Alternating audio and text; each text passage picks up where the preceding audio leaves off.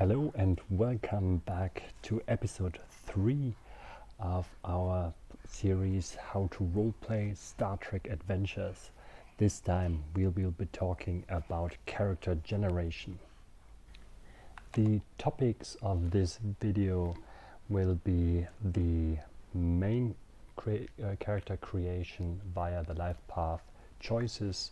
We will spend most of the time of this video in this way of character generation. I will talk about why that is the case, but I will also briefly explain the two alternatives to that, what I call the quick build version and what is covered in the core book as the creation in play, which is a very fast way of creating a character.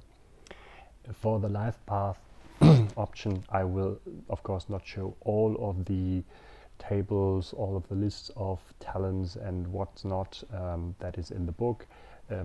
Modifius still wants to sell you the book, but I will explain to you how it's done, what the appeal of this way of creating character is, and how to navigate through that.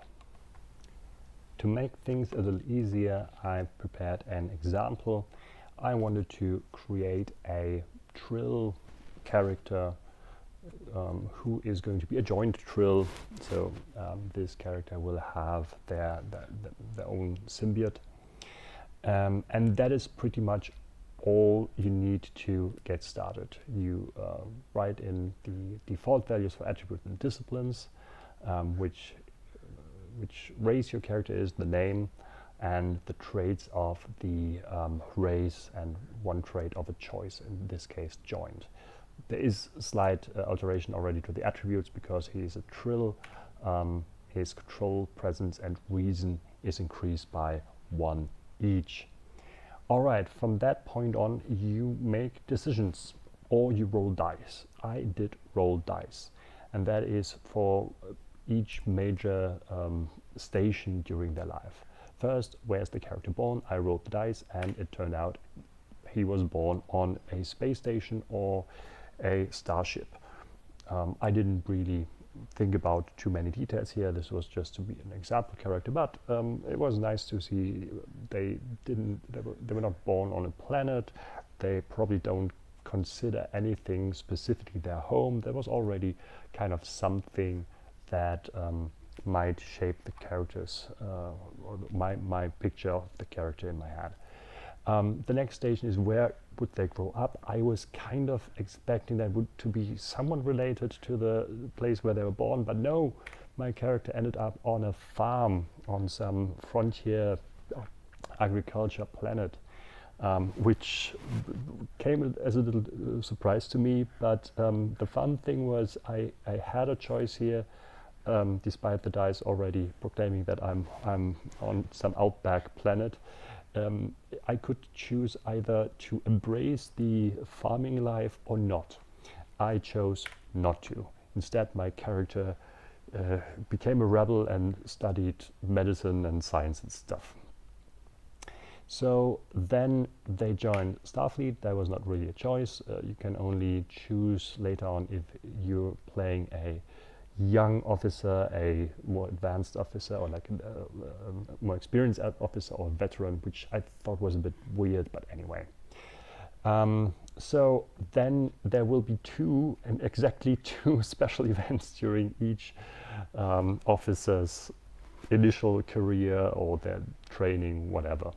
In my case, good old Joran was lauded by an alien culture.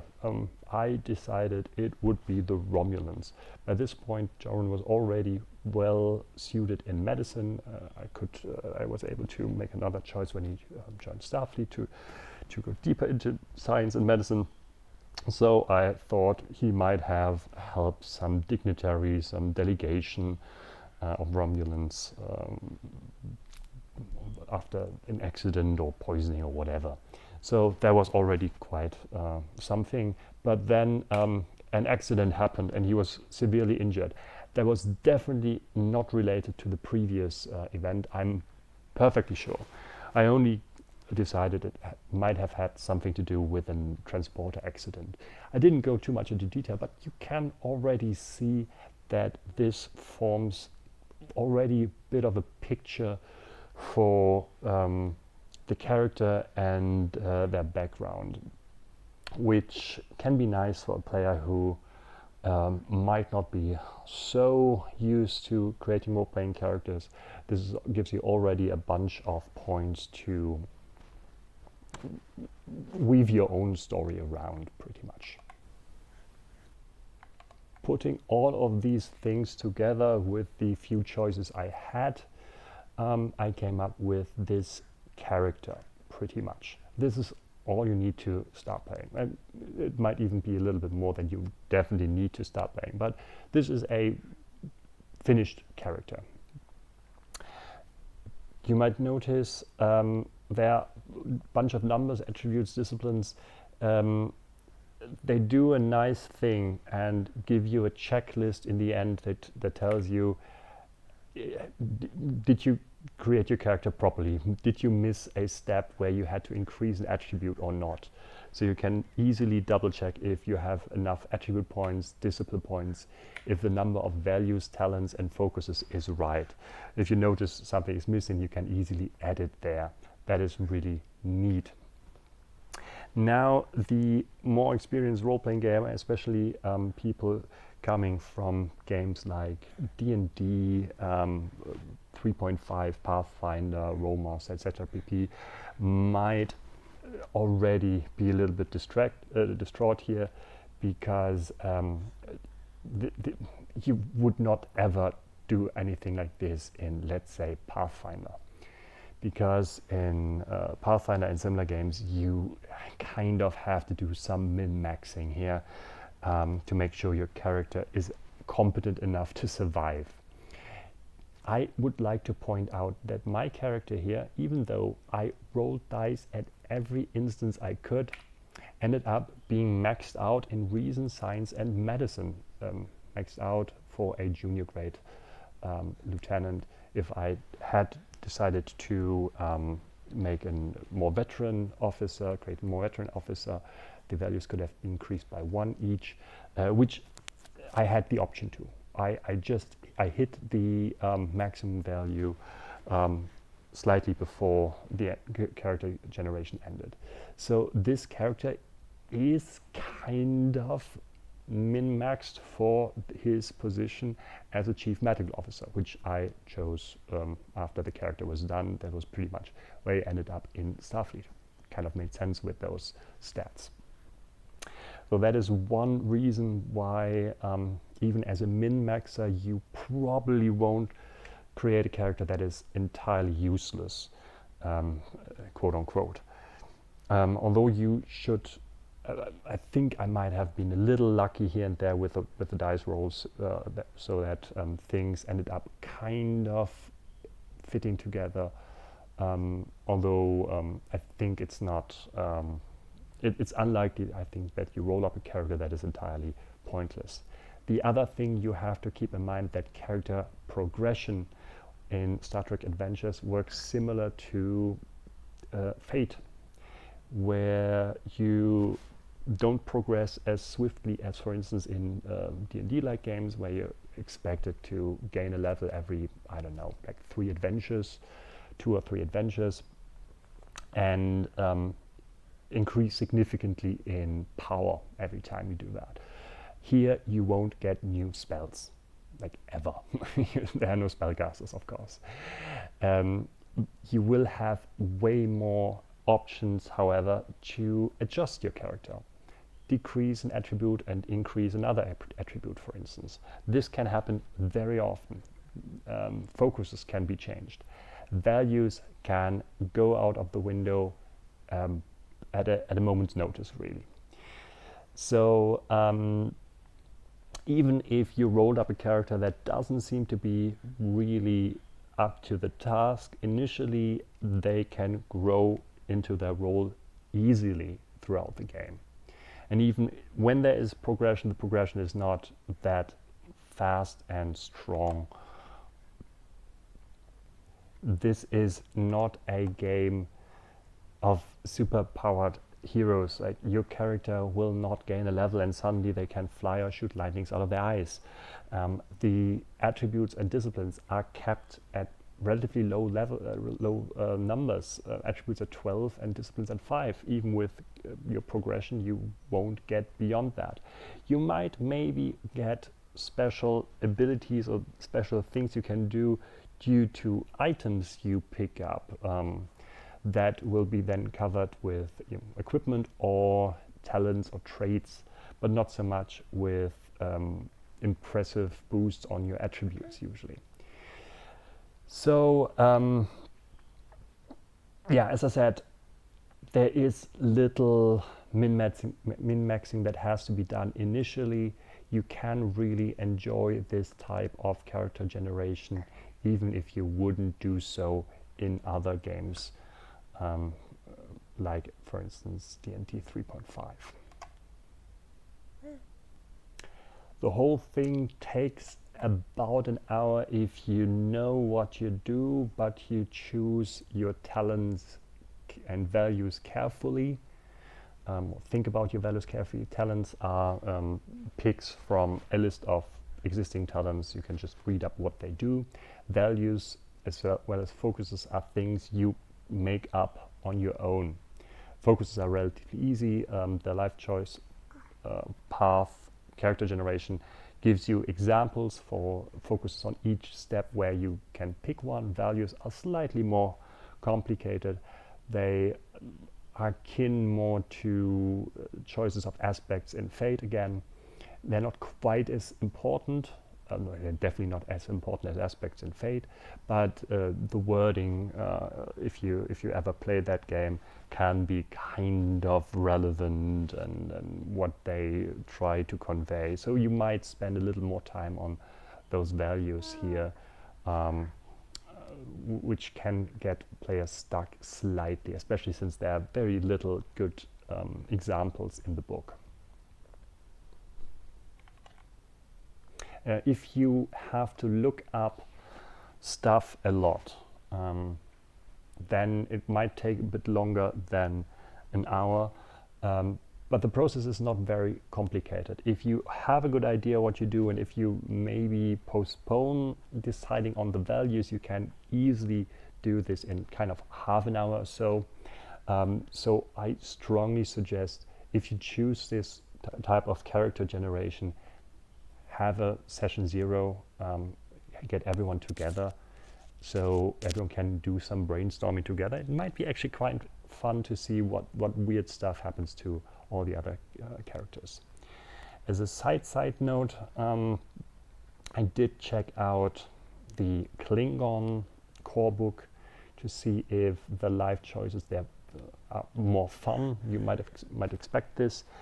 Most of them actually are the same, surprisingly. You could roll up the exact same character with the Klingon source book, core book, than with the Federation core book. There are some differentiations, and they do try to make this their own thing by giving you the Klingon word for each attribute and each discipline and stuff like this. But it's not... even though the Federation is at times a little tame and a little boring, I don't think you have too many alternatives in the other books.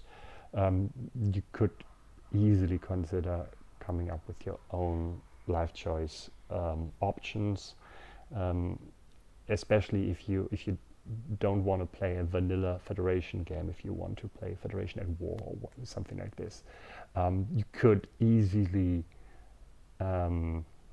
make your own options. They're easy to balance, really. Now, the second way of creating your character is pretty much what you expect from most other games. You start up by picking a species, position like tactical officer, captain, helmsman, whatever, and a name. And then you distribute those exact numbers on your attributes. And so there is no point by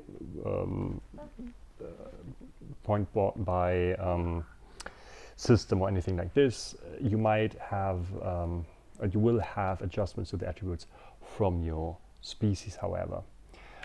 Next, you do your disciplines. They all start at a value of 1, and then you divide 10 points amongst them. Again, 5 is the highest you can get for if you create a junior officer. You want to pick 4 values, 4 talents, and 6 focuses, and you're done. That is a reasonable way of creating your character if you have already a very clear idea about their background, what you want to create, if you kind of think you understand the game mechanics, and if you're familiar with more traditional role-playing games. A pretty fun feature that I didn't expect to like is what the core book called Creation in Play, which is a really decent way of creating a character for a one-shot or for a kind of action-focused campaign that starts in the middle of a space battle, for instance. The players are kind of familiar with science fiction. Maybe they're not super familiar with the Star Trek universe, and they don't really know what all that background jabba jabba means. So you might want to give them the briefest idea of what they play, and then come up with the rest while playing. You do this by, again, pick species, position, and name, and you distribute your attributes. Well, of course, there you need to kind of at least know what you're aiming at. You pick 2 disciplines that you consider relevant, which is fairly easy, I think, if you look at the names of the disciplines again. They are somewhat self-explanatory, save con maybe that might need some explanation, but other than that, you pretty much know what you get when you pick one of them as your main thing. So you pick 2 disciplines, set them either to the value of 4, or one of them to 5, the other on 3. You pick one value, and that's it. You start playing. You might notice that you have not picked a single focus. There are 3 more values to choose, and you only pick the values of 2 disciplines. 4 still have no value whatsoever. These are all added throughout the game. Probably within the first session, maybe the first 1, 2, 3 tops. What you're doing is, whenever you have to roll dice and a discipline that has not been used yet is asked for, you just then and there pick a number for that. Same goes with values. When you realize you're in a situation and you now, after playing a little bit, have a bit of a feel for your character, you can then decide, wait a minute, I think this kind of has something to do with one of their values, and then you just name the value and you're done. You add this to your character sheet. Focus is the same as disciplines. When you do a check and you think, well, maybe should be something that is part of the expertise of this character, you just add this focus to your character list, to your character sheet, until you come up with all 3. Oh, that's wrong. 4 focuses actually. Sorry about that. Yeah, this is the Creation in Play. It's fast. It's gritty. You don't need to know much about your character. You might find out a bunch about your character during play. I don't think this is great for players who have never have little role-playing experience, because they might need some background information for their character to get a good grasp about the character and on the character and how to play them and how they would act in different situations. But it doesn't take a lot of overhead especially for one shot. This is really, really good. And if you just want to highlight the game, get a little action in, and then maybe work on this later on. Again, you can change a lot of this stuff. Basically everything that is presented here, attributes, disciplines, values, focuses, this is all stuff that can be changed later during gameplay. So even if you make a quote-unquote poor choice here, you will be able to adjust fairly soon. That is pretty much all of the character generation in the game. Of course, you have to check out more in detail the talents and whether you want to really roll dice, or if you choose on each step in the life path creation what happened to your character. I encourage you to try out the life path choice option. It is refreshingly nice, I'd say. At several situations you get a choice of what you want to do. If you're aiming for an expert in one thing, you probably will max out the corresponding attribute and discipline before the end of the character generation. And some of the things are can be a bit surprising, and then add some depth to your character. And depending on what your group decides on, if you roll up something that you really, really hate, then you might just roll again, or make choices instead of dice rolls. Yeah, that's it from me for this video. Join me next time when I talk a little bit about combat and the one dice that we haven't talked about yet. Until then, I hope you'll have a great day and see you later. Goodbye.